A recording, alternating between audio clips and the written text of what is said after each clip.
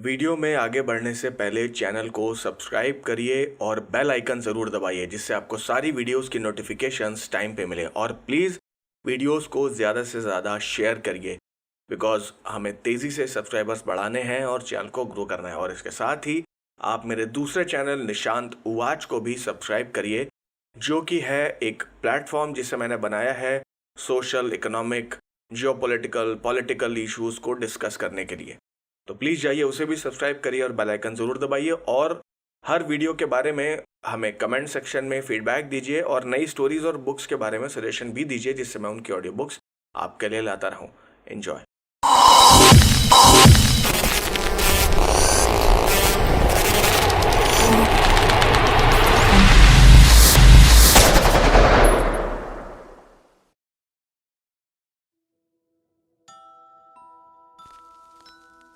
काला जा चुका था और सिंघानिया साहब अब कुछ कुछ ठीक होने लगे थे। 1-2 महीने बीते और उनके शरीर के लकवाग्रस्त हिस्से में अब हलचल होने लगी। डॉक्टर्स भी हैरान थे कि वो इतनी जल्दी कैसे रिकवर हो रहे थे, पर कम से कम संजना के जीवन में अब पहले जैसी चिंता और सूनापन नहीं था। उसका मन ऑफिस में काम करने में लगने लगा था और वो अब राहुल से भी बिना किसी मानसिक तनाव के मिल सकती थी। सिंघानिया साहब इस सोच में थे कि ठीक होते ही सबसे पहले वो संजना की शादी राहुल से कर दें। वैसे भी उन्हें मिला ये वरदान किसी चमत्कार से कम नहीं था। वो नहीं चाहते थे कि अब उनकी वजह से संजना की शादी में कोई देरी हो। वो नहीं चाहते थे कि अब उनकी वजह से संजना की शादी में कुछ देरी हो। जैसे ही वो पूरी तरह से ठीक होते, उन्होंने राहुल और संजना की शादी का मन बना लिया था। उनके परिवार में अब सब कुछ वैसा ही चल रहा था जैसा वो चाहते थे। पर काला, जब से वो दिल्ली से गया था, उसकी किसी को कोई खबर नहीं थी। और काला की खबर लेकर संजना और सुशांत करते भी क्या, पर संजना अक्सर काला के बारे में सोचती थी, क्योंकि अपना काम करने के बावजूद भी काला ने अभी तक उससे अपनी मांगी गई जमीन के बारे में कोई बात नहीं की थी। अगर काला पैसों का लालची था तो उसने अभी तक संजना से कोई कांटेक्ट क्यों नहीं किया था। उसने सुशांत से भी इस बारे में 1-2 बार पूछा, पर सुशांत उसे बताता भी क्या। वो तो खुद ही काला की इस हरकत से हैरान था। पर सुशांत ने काला को जितना जाना था और काशी में मिले उस आदमी ने काला के बारे में उसे जो भी बताया था, वो सुकून में था कि काला उन सब की जिंदगी से जल्द जा चुका था। काला को गए अब 2 महीने से ऊपर हो गए थे और उसकी की गई साधना का फल भी सिंघानिया साहब के ऊपर दिखने लगा था। बिस्तर से उठकर अब वो व्हील चेयर पर आ गए थे और शायद अगले आने वाले कुछ दिनों में वो चलने फिरने भी लगते। एक दिन संजना को पंडित जी का ख्याल आया और वो पास वाले मंदिर में उनसे मिलने गई। उसने पंडित जी को बताया कि उसके पिताजी की हालत अब पहले से बहुत अच्छी है। उन लोगों ने बड़ी मुश्किल से एक अघोरी को ढूंढा और उनकी साधना की वजह से ही सिंघानिया साहब आज काफी बेहतर हाल में है। पंडित जी संजना की बात सुन तो रहे थे, पर उनके चेहरे पर साफ नजर आ रहा था कि वो इस सब से कोई खास खुश नहीं थे। संजना भी उनके चेहरे के भाव पढ़ पा रही थी। उसने कहा, क्या हुआ पंडित जी, आप खुश नहीं लगते? पंडित जी ने जवाब दिया, बेटा ये तुम क्या कह रही हो? मुझे सिंघानिया साहब के स्वस्थ होने से क्या समस्या हो सकती है? पर मैंने तुम्हें ऐसा करने से मना भी तो किया था। जिस अघोरी ने यह चमत्कार किया है, क्या तुम मुझे उसके बारे में कुछ बता सकती हो? और उसने तुमसे कोई मांग रखी थी या नहीं? संजना ने पंडित जी को सारी बातें विस्तार से बताई। उसने उन्हें काला की साधना में इस्तेमाल होने वाली पूजन सामग्री के बारे में भी बताया। जैसे जैसे संजना उन्हें यह सब बता रही थी, पंडित जी के माथे पर चिंता की लकीरें बनती जा रही थीं। उन्होंने कहा, बेटा, जो कुछ तुमने अभी कहा है, अगर उसमें जरा भी सच्चाई है तो तुम्हें और तुम्हारे पूरे परिवार को सावधान रहने की जरूरत है। उस अघोरी ने जो भी साधना की होगी उसके बारे में तो मैं पक्के तौर पर कुछ नहीं कह सकता, पर मैं इतना अवश्य कह सकता हूं कि उस अघोरी ने वाम मार्गी साधना की थी। और रही उस अघोरी की बात, तो अच्छा होगा कि तुम उसके बारे में सोचना भी मत। जो व्यक्ति बिना किसी पते के तिब्बत से सीधा तुम्हारे घर तक आ सकता है और इतनी बड़ी धनराशि की मांग रख सकता है, वो कुछ भी कर सकता है। एक बार सोच कर देखो बेटी, अगर ऐसे किसी आदमी की नजर किसी पर टेढ़ी हो जाए तो वो उसका क्या हाल करेगा। और रही तुम्हारे पिताजी के स्वास्थ्य की बात, तो ये समझ लो कि अगर इस वरदान की प्राप्ति के लिए कोई गलत रास्ता चुना गया होगा तो किसी न किसी को तो इसकी कीमत चुकानी ही होगी। संजना के मन में पंडित जी के लिए काफी सम्मान था और शायद इसीलिए वो अब तक चुपचाप सब कुछ सुन रही थी। उसे ना जाने क्यों ऐसा महसूस हो रहा था जैसे पंडित जी उसकी खुशी में खुश नहीं थे। पर पंडित जी ने जो भी कहा था उसमें सच्चाई भी थी। संजना अपने घर वापस लौट आई। उसे पंडित जी की कही हर बात याद थी, पर फिर भी उसने अपना काम कराने के लिए मुंह मांगी कीमत दी थी। उसने इस बारे में ज्यादा नहीं सोचा और अपनी रोजमर्रा की जिंदगी में मशगूल हो गई। इस बीच उसकी और राहुल की शादी की बात जोर पकड़ रही थी। घर में सभी लोग खुश थे, पर एक रात संजना के साथ कुछ अजीब हुआ और यह अजीब बात एक बार उसके साथ पहले भी हो चुकी थी। एक रात सोते हुए उसकी नींद एकदम से टूटी। संजना की नींद एक बुरे सपने से टूटी थी। वो सपना डरावना तो नहीं था, पर डराने वाला जरूर था। सपने में संजना ने खुद को एक अंधेरी जगह में पाया, जहां उसके चारों ओर बस काले घने ऊंचे ऊंचे पेड़ थे।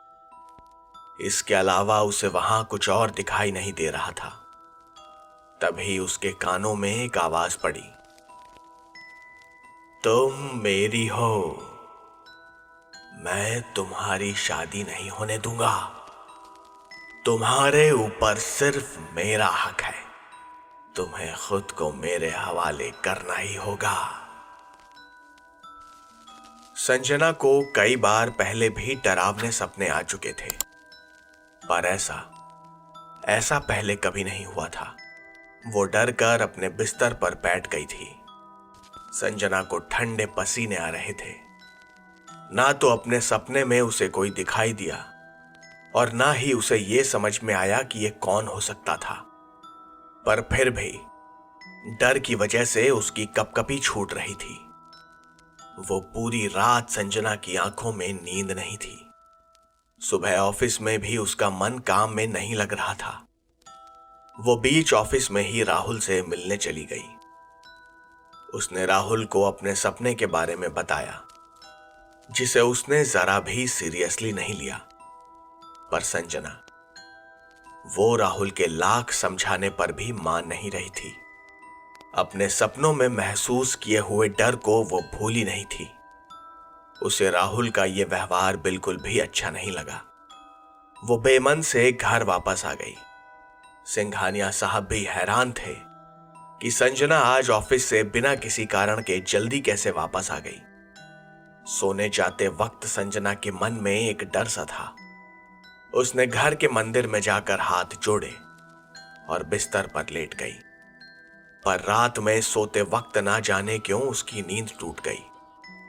संजना को महसूस हुआ था कि किसी ने उसे छुआ है। उसके जिस्म में एक अजीब सी सिहरन दौड़ गई। खुद को समेटते हुए उसने चादर ओढ़ने की कोशिश की, पर वो शायद बिस्तर में फंस सी गई थी। संजना ने एक दो बार चादर अपने ऊपर डालने की कोशिश की, पर वो जैसे हिली ही नहीं। डर के मारे उसका हाथ सिरहाने रखे लैंप तक पहुंचा और उसने लाइट जला दी। कमरे में उसके सिवा कोई और नहीं था। संजना ने उठकर चादर ओढ़ ली, पर इस बार उसने लैंप बंद नहीं किया। धीमी ही सही, पर इस रोशनी में उसे डर जरा कम लग रहा था। न जाने क्यों उसे ऐसा महसूस हो रहा था कि कोई है जो उसे देख रहा था। वो बार बार करवटें बदल कर खुद को दिलासा दे रही थी, पर उसके मन से वो डर निकलने का नाम ही नहीं ले रहा था। और अब जो हुआ, उसे संजना ने अपने सबसे बुरे सपनों में भी नहीं सोचा था। संजना को अपने पैरों पर किसी की पकड़ महसूस हुई। उसे साफ साफ पता चल रहा था कि किसी ने उसके पैरों को बड़ी मजबूती से पकड़ा था। संजना ने हिलने की कोशिश की, पर उसका पूरा शरीर बिस्तर पर जम सा गया था। वो चिल्लाना चाहती थी, वो जोर जोर से शोर करके सबको बुलाना चाहती थी, पर उसके रूंधे हुए गले से आवाज निकल ही नहीं रही थी। वो बेबस अपने बिस्तर पर पड़े छटपटा रही थी, और कोई था जो मनमर्जी से उसे जहां चाहे वहां हाथ लगा रहा था। संजना की आंखों से आंसू निकल रहे थे, पर गले से आवाज नहीं। हर गुजरते पल के साथ कोई उसके शरीर के साथ खेल रहा था। उसे जगह जगह से नोचा गया, पर यह कौन था, इसके बारे में उसे कोई अंदाजा नहीं था, क्योंकि संजना के साथ जो हो रहा था ये कोई सपना तो नहीं था। एक एक पल उसे एक एक सदी जैसा महसूस हो रहा था। उसकी आंखों से आंसू गिर रहे थे, पर वो चाहकर भी अपनी मदद के लिए किसी को आवाज नहीं लगा पा रही थी। कुछ देर तक अपने ऊपर बीत रहे उस भयानक अनुभव के बाद सब कुछ शांत हो गया। संजना को अपने ऊपर से वजन कुछ कम महसूस हुआ। उसने हिलने की कोशिश की तो उसे कोई परेशानी नहीं हुई, पर उसके पूरे शरीर में दर्द उठ रहा था। हाथों, पैरों और गर्दन पर नाखून और काटे जाने के निशान पिछले कुछ पलों में घटी दास्तान बता रहे थे। संजना खुद को समेटे हुए बिस्तर पर सुबक रही थी। वो कुछ करने की हालत में नहीं थी। उसे पूरे शरीर में भयंकर दर्द हो रहा था। किसी तरह उठकर उसने पानी पिया और राहुल को फोन लगाया। 4-5 बार घंटी बजने के बाद फोन उठा। राहुल थोड़ा हैरान भी था, क्योंकि संजना ने शायद ही कभी उसे रात में 3 बजे फोन किया होगा। पर दूसरी तरफ रोती सुबकती संजना की आवाज सुनते ही राहुल एकदम से सतर्क हो गया। संजना ने उसे रोते हुए सब कुछ बताया। उसकी बात पर यकीन करना मुश्किल था, पर उसकी आवाज में मौजूद दर्द को राहुल महसूस कर पा रहा था। राहुल ने संजना को किसी तरह चुप कराया और कहा कि वो भी उसके घर आ रहा है, पर संजना ने उसे मना कर दिया। वो नहीं चाहती थी कि सिंघानिया साहब को इस बीमारी की हालत में कोई सदमा लगे। वैसे भी उनकी तबीयत में बड़ी मुश्किल से सुधार होने लगा था। ऐसे में अपने साथ हुए इस भयानक हादसे को बताकर वह उन्हें और दुखी नहीं करना चाहती थी। उसने राहुल से कहा कि वो अगली सुबह उससे मिलेगी। संजना की बताई इस बात से राहुल भी सदमे में था। उसे अपने कानों पर यकीन नहीं हो रहा था। वो सुबह तक संजना से फोन पर बात करता रहा और 8 बजते ही उसे लेने के लिए निकल पड़ा। अपनी लैम्बोर्गिनी को राहुल पूरी रफ्तार से दौड़ाते हुए संजना के घर पहुंच गया। सिंघानिया साहब के पूछने पर उसने कहा कि वो दोनों ब्रेकफास्ट के लिए बाहर जा रहे हैं।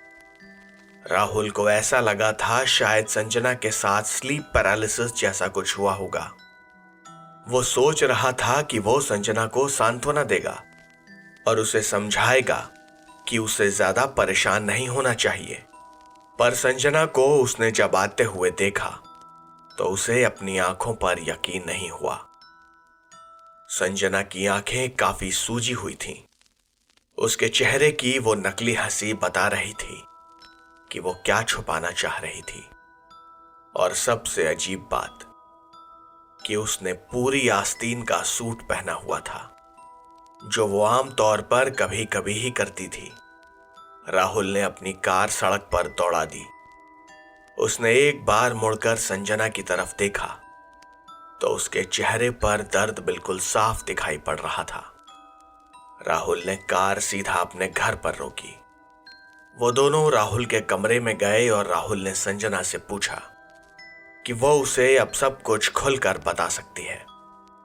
संजना ने अपने सूट की आस्तीनें ऊपर की तो राहुल दंग रह गया।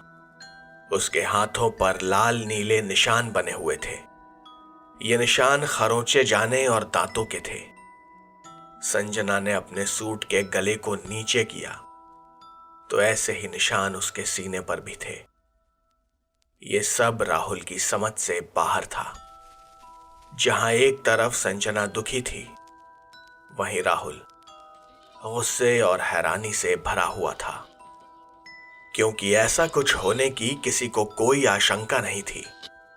उसे समझ ही नहीं आ रहा था कि वो संजना को क्या कहे, उसे सांत्वना दे या फिर उसकी मदद करने की कोशिश करे। पर वो ऐसा करता भी तो कैसे, क्योंकि पिछली रात हुए उस भयानक हादसे का इल्जाम वो डालने के लिए वहां कोई होना भी तो चाहिए था। वो दोनों बिल्कुल गुमराह थे।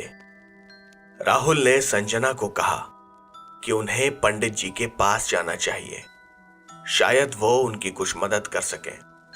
जब वो दोनों संजना के घर के पास वाले मंदिर पहुंचे और पंडित जी से मिले तो वो भी ये सब सुनकर हैरान थे। पंडित जी सात्विक स्वभाव के आदमी थे और उन्होंने ऐसा कुछ पहली बार देखा या सुना था। वो बिल्कुल सन्न पड़ गए थे। उनके पास ना तो कहने के लिए कुछ था और ना ही इस समस्या का कोई हल। उन्होंने हनुमान जी की मूर्ति से छूकर एक धागा संजना के हाथ में बांध दिया और उसे सोने से पहले हनुमान चालीसा पढ़ने के लिए भी कहा। संजना भारी मन से वापस लौट आई। आज पूरा दिन वो अपने घर पर ही रही और राहुल भी उसके साथ ही था। शाम होते होते उसका डर वापस आ रहा था, पर राहुल अभी उसके साथ यहां रुक नहीं सकता था। उसने संजना को हिम्मत बंधाई और अपने घर लौट आया। पर संजना, आज उसका सोने जाने का बिल्कुल मन नहीं था। वो बेमन से अपने बिस्तर पर लेट गई थी। अपने शरीर में उठ रहे दर्द को कम करने के लिए उसने पेन किलर्स लिए थे, जिसकी वजह से उसे देर रात नींद भी आ गई। पर रात को 3 बजे के आसपास वही हुआ जिसका उसे सबसे ज्यादा डर था। किसी के छूने से फिर से उसकी नींद खुल गई। पर आज संजना को किसी की सांसें भी महसूस हो रही थी। उसने खुद को सिकोड़ने की कोशिश की, पर पिछली रात की तरह ही उसका अपने शरीर पर कोई काबू नहीं था। पर आज रात उसे एक आवाज सुनाई दी। वो एक हंसी थी, डरावनी। उस हंसी में कुछ जाना पहचाना सा था। पर क्या, वो सोचने का समय उसके पास नहीं था। ये बलात्कार उसके शरीर के साथ नहीं, बल्कि उसकी आत्मा के साथ हो रहा था। पर कुछ ही देर बाद कुछ ऐसा हुआ जो शायद ना होता तो बेहतर होता। संजना को उसकी आवाज वापस मिल गई। वो जोर जोर से चिल्लाने लगी। वो मदद के लिए चीख रही थी। पापा पापा की आवाजें घर में गूंज गई थी और चंद पलों में ही घर में मौजूद सब लोग, जैसे कि कुछ नौकर और सिंघानिया साहब, उठ भी गए और वो संजना के कमरे की तरफ दौड़े। सबने मिलकर दरवाजा खोलने की कोशिश की, पर वो जैसे जम चुका था। ये शीशम की लकड़ी से बने शानदार दरवाजे थे जो आसानी से टूटने वाले नहीं थे। सिंघानिया साहब ने जल्दी से सिक्योरिटी को बुलाया और दरवाजा तोड़ने को कहा। अंदर से संजना के रोने की आवाजें अब भी आ रही थीं। वो तगड़े सिक्योरिटी गार्ड दरवाजा तोड़ने के लिए पूरा जोर लगा रहे थे, पर वो दरवाजा था कि हिलने का नाम भी नहीं ले रहा था। अब तक सुबह के 4 बजने वाले थे। और कुछ ही देर में संजना की आवाज आना बिल्कुल बंद हो गई। सब कुछ बिल्कुल शांत हो गया। न जाने कैसे पर सिंघानिया साहब को अभी तक कोई सदमा नहीं लगा था और कमरे का दरवाजा खुद ब खुद ही खुल गया। संजना अपने बिस्तर पर बेसुध पड़ी थी। घर में काम करने वाली मेड अंदर गई और उस पर चादर डाली। सिंघानिया साहब का दिमाग घूम चुका था। अपनी बेटी को इस हालत में देखकर वो अपने ऊपर काबू ना रख सके और जमीन पर ही अपना सर पकड़कर बैठ गए। सिक्योरिटी गार्ड्स इस गुमान में थे कि शायद संजना के कमरे में कोई घुस आया हो, पर ऐसा नहीं था। सारी खिड़कियां अंदर से बंद थीं और घर की ऊंची ऊंची दीवारों और इतनी सिक्योरिटी के चलते किसी का भी घर में घुसना नामुमकिन था। कमरे को अच्छी तरह से देखने के बाद उन्होंने भी कमरे से बाहर निकलना ही ठीक समझा। सिंघानिया साहब उठकर संजना के पास बैठ गए। उन्होंने उससे कुछ पूछने की कोशिश की, पर संजना की पथराई आंखों को देखकर उनके मुंह से कुछ निकला ही नहीं। वो देर सुबह तक उसके साथ ही बैठे रहे। उन्होंने संजना से बहुत पूछा कि ये किसने किया, पर संजना के पास इसका कोई जवाब नहीं था। 2 ही रातों में वो बहुत कमजोर हो गई थी। उसकी आंखें जैसे गड्ढों में दबने लगी थीं और उसके चेहरे पर एक नकारात्मकता सी दिखती थी। पंडित जी का उसे पहनाया हुआ वो धागा वो भी खंडित हो चुका था। सिंघानिया साहब ने तुरंत ही राहुल और सुशांत को फोन किया। वो दोनों भी जल्दी ही घर पहुंच गए। राहुल, जिसे एक रात पहले की पूरी कहानी पता थी, उसने सिंघानिया साहब को सब कुछ बताया, पर सुशांत, इस सब के बारे में उसे कुछ पता नहीं था। वो तो जैसे बिल्कुल स्तब्ध था। सिंघानिया साहब भी बिल्कुल बेबस नजर आ रहे थे। उनका ये पैसा, व्यापार और सालों की मेहनत से खड़ा हुआ ये बिजनेस एम्पायर जैसे उन्हें मुंह चिढ़ा रहा था। उनके बस में कुछ भी नहीं था। ये पूरा दिन जैसे एक तरह के सोग में निकल गया। पर आज रात सिंघानिया साहब ने कहा कि वो संजना के कमरे में ही सोफे पर सोएंगे, पर राहुल का कहना था कि वो अभी पूरी तरह से ठीक नहीं हुए हैं और उन्हें इस तरह लापरवाही नहीं बरतनी चाहिए। वैसे भी घर की मेड्स और बाकी नौकर इन वाक्यों से डरे हुए थे। वो तरह तरह की बातें कर रहे थे। राहुल ने कहा कि आज वो संजना के कमरे में रुकेगा। सिंघानिया साहब एक पल के लिए तो थोड़ा चिंतित हुए, पर उन्होंने इस पर कोई एतराज नहीं किया। वैसे भी दोनों की शादी होने वाली थी। आज पूरा दिन राहुल संजना के साथ ही रहा और शाम होते ही वो जैसे किसी जंग के लिए तैयार था। उसने अपने पास एक चाकू भी रखा हुआ था। जब सोने का वक्त हुआ तो संजना अपने बिस्तर पर लेट गई और राहुल सोफे पर उन दोनों की ही आंखों में आज नींद नहीं थी। रात हुई, 11, 12, 1 बज गए, पर आज कुछ नहीं हुआ। देर रात तक भी ऐसा कुछ नहीं हुआ जिसका उन्हें डर था। वो दोनों आराम से सोए भी और सुबह 9 बजे उठ भी गए।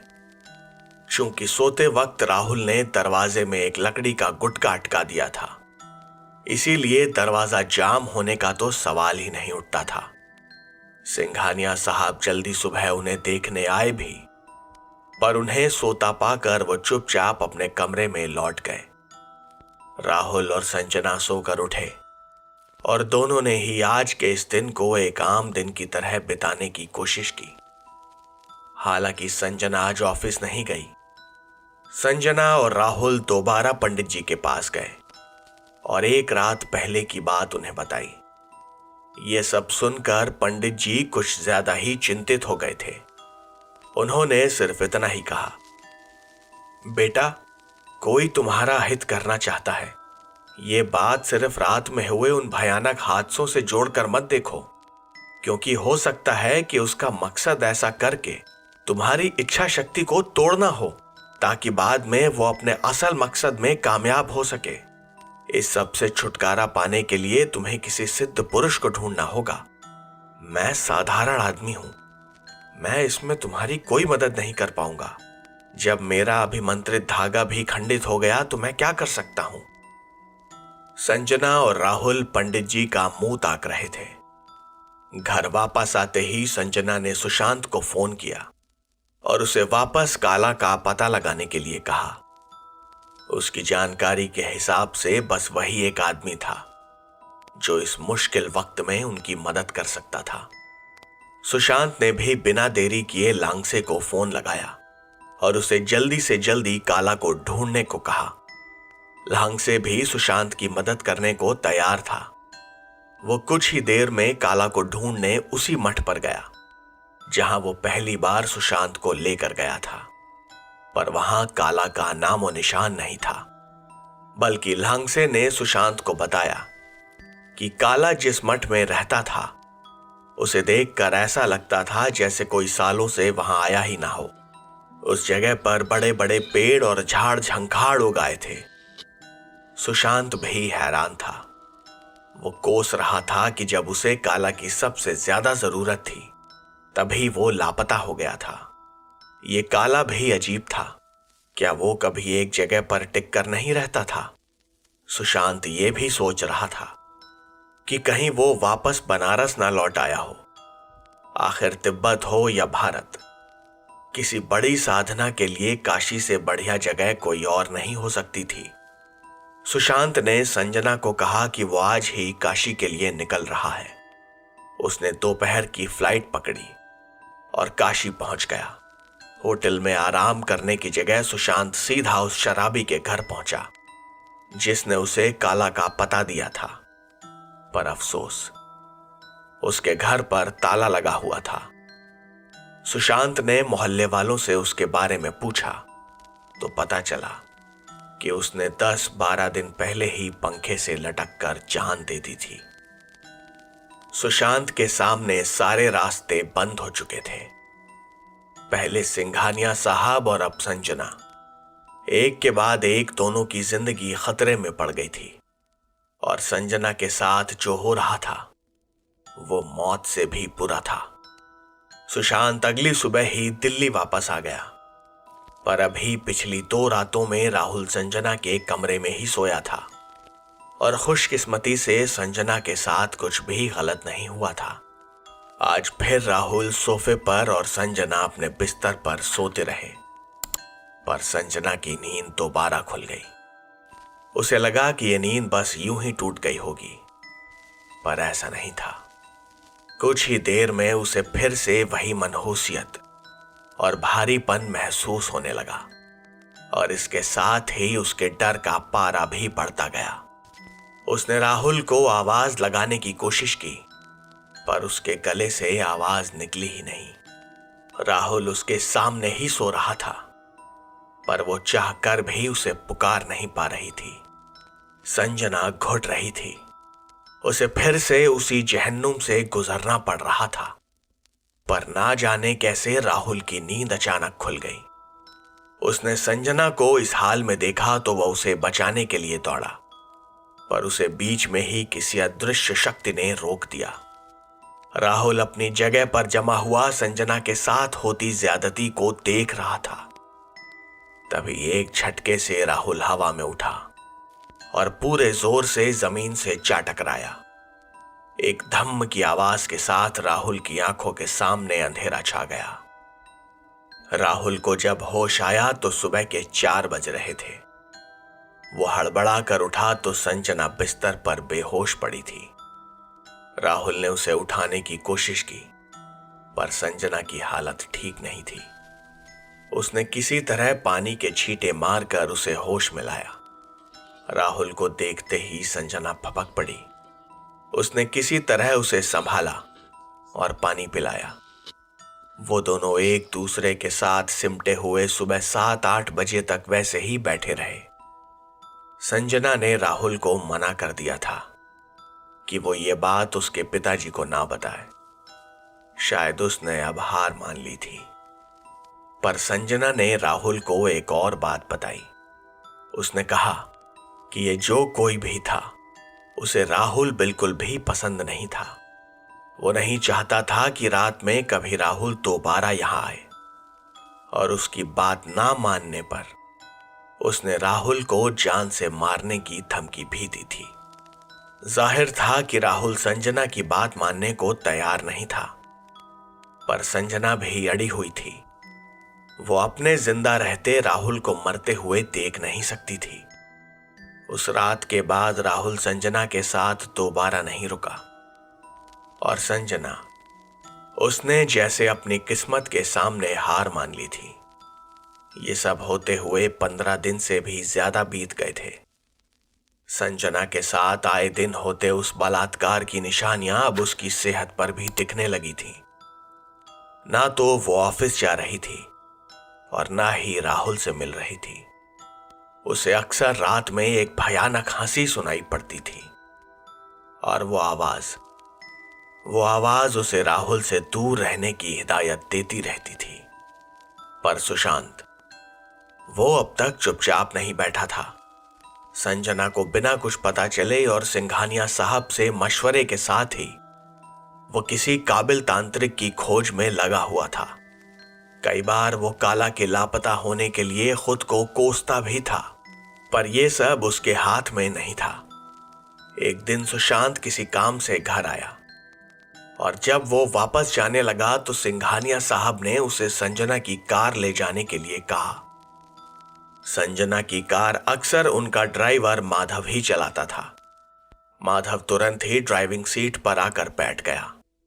कार ड्राइव करते हुए माधव ने रियर व्यू मिरर में सुशांत को देखा तो वो उसे काफी परेशान मालूम पड़ा। माधव ने पूछा, सर आप ठीक तो है ना? सुशांत ने जवाब दिया, हाँ, क्यों, क्या हुआ? माधव ने कहा, कुछ नहीं सर, आप थोड़ा परेशान लग रहे थे इसीलिए पूछा। वो संजना मैडम की तबीयत आजकल ठीक नहीं रहती है ना? सुशांत ने कहा, हाँ माधव, पता नहीं उन्हें क्या हुआ है। सब कुछ करके देख लिया पर कोई फायदा नहीं हो रहा। माधव ने कहा, सर छोटा मुंह बड़ी बात, घर की मेड और सिक्योरिटी तरह तरह की बातें करते हैं। कहना तो नहीं चाहिए पर हमें भी पता है सर, संजना मैडम के साथ कोई ऊपरी चक्कर है। दिन ब दिन उनकी सेहत भी तो बिगड़ रही है। सुशांत ने कहा, तुम्हें कैसे पता? हाँ, तुम कोई बड़े बाबा हो क्या? ये बेकार की बातें फैलाना बंद करो, समझे? माधव ने कहा, सॉरी सर, मेरा वो मतलब नहीं था, पर हम गांव के लोग हैं, इस तरह की चीजों की समझ है हमको। अगर आप कहें तो मैं आपको एक आदमी से मिलवा सकता हूं, बड़े अच्छे आदमी हैं, वो आपकी मदद जरूर करेंगे।